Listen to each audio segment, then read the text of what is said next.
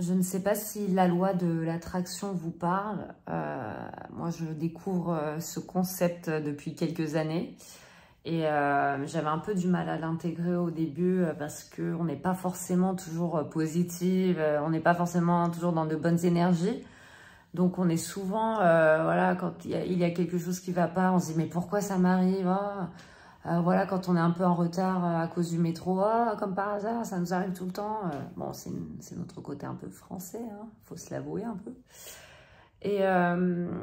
Et des fois, ça nous rend même aveugles. J'avais travaillé pour la production Netflix il y a 2 ans pour un jeu immersif, un théâtre immersif à Paris, à la Monnaie de Paris. C'était Casa des Papel Experience à la Monnaie de Paris. Et j'avais joué le rôle d'une braqueuse russe au dessin.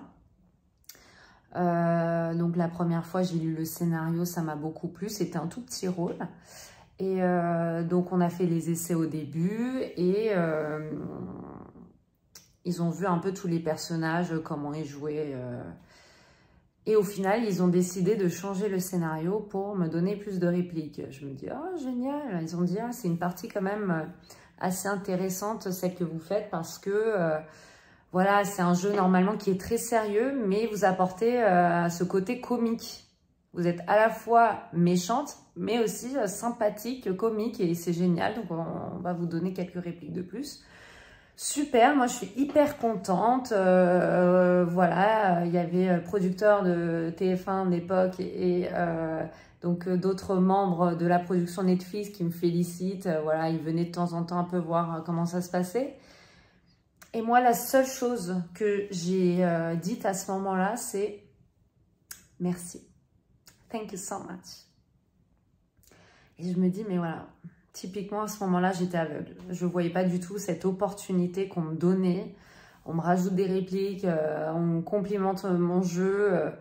Et moi, j'ai juste dit merci. Parce que il y a un peu cette humilité voilà, que j'ai depuis toute petite. Et j'ai du mal à un peu accepter mes qualités. Donc, je vois plus mes défauts chez moi que mes qualités.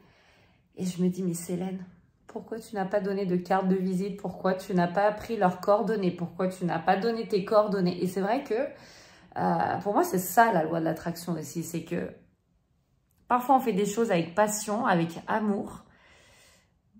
Mais voilà, quand on voit un peu ce cadeau voilà, de l'univers qui arrive, bah, des fois, si on est un peu ailleurs, on ne voit pas la chose arriver et on passe à côté des choses.